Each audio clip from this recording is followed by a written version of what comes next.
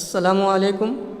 Bridge course आज के 5वें दिन में आज हम देखने वाले हैं सही एदाद की जमा। किसी भी अदद में कोई मुस्बत अदद मिलाना यानी अददी ख़त पर इस अदद से दाएं जानिब इतनी इकाई आगे जाना। जैसे यहाँ आप देखेंगे तो आपको एक खरगोश या इस तरह से एक हिस्सा बताया गया है जो जमा एक पर है। जब हम उसके अंदर कुछ हिस्सा मिलाना चाहते हैं, कुछ एदाद मिलाना चाहते हैं, तो हमको दाएं जानिब उतनी इकाई आगे जाना है। इसे आप लोग जंपिंग करके भी देख सकते हो। जैसे जमा एक पर है, फिर कूदेगा, जंप करेगा तो जमा दो पर जाएगा, फिर इस तरह से कूद करके वो आगे जाएगा, दाएं जानिब जाएगा मामला। ये आपको ध्यान में रखना है, ठीक है। जैसे यहाँ पर देखेंगे आप लोग तो नफ़ी 2 और जमा 5।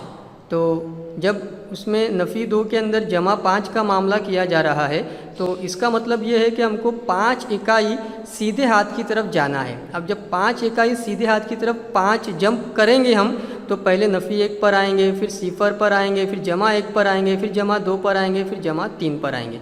तो इस तरह से हमको ये जवाब वाज़ेह हो जाएगा, ठीक है। उसके बाद दूसरा है किसी भी अदद में मनफी अदद मिलाना यानी अददी ख़त पर इस अदद से बाएं जानिब इतनी ही इकाई पीछे जाना यानी तफरीक करना है।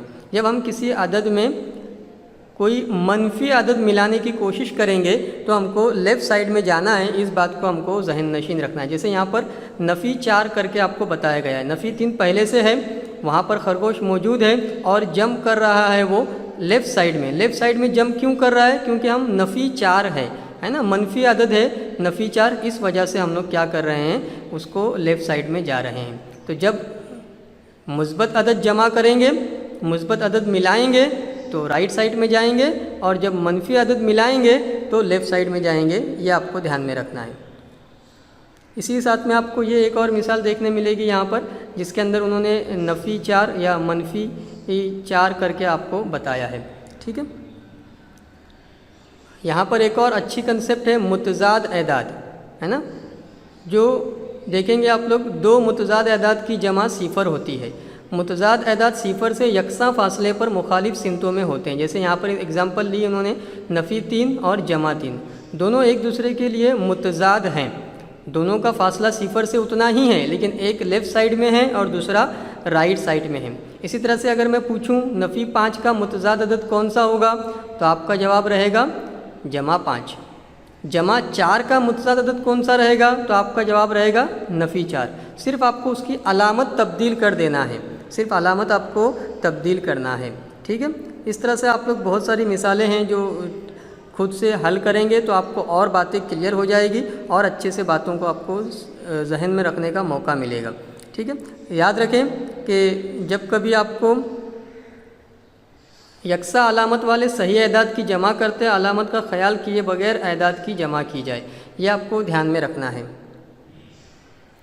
लेकिन जब आप मुख्तलिफ़ अलामतों वाले सही अदद की जमा करेंगे तो अलामतों का ख्याल किए बगैर बड़े अदद में से छोटा अदद तफरीक करना है। जब यकसा अलामत रहेंगी तो जमा की जाए, और जब मुख्तलिफ़ अलामत रहेगी तो आपको बड़े में से छोटा तफरीक करना है, नफ़ी करना है, ऐसा आप लोग कह सकते हैं। यहाँ पर आपको टेबल बताया है उन्होंने, जिसके अंदर आपको कहा जा रहा है कि मुतज़ाद अदद लिखिए। अब नफ़ी 9 है, आपको उसका मुतज़ाद अदद लिखना है, तो नफ़ी से वो बन जाएगा जमा 9। बाकी के एदाद आप लोग खुद तैयार कर लेंगे, ठीक है।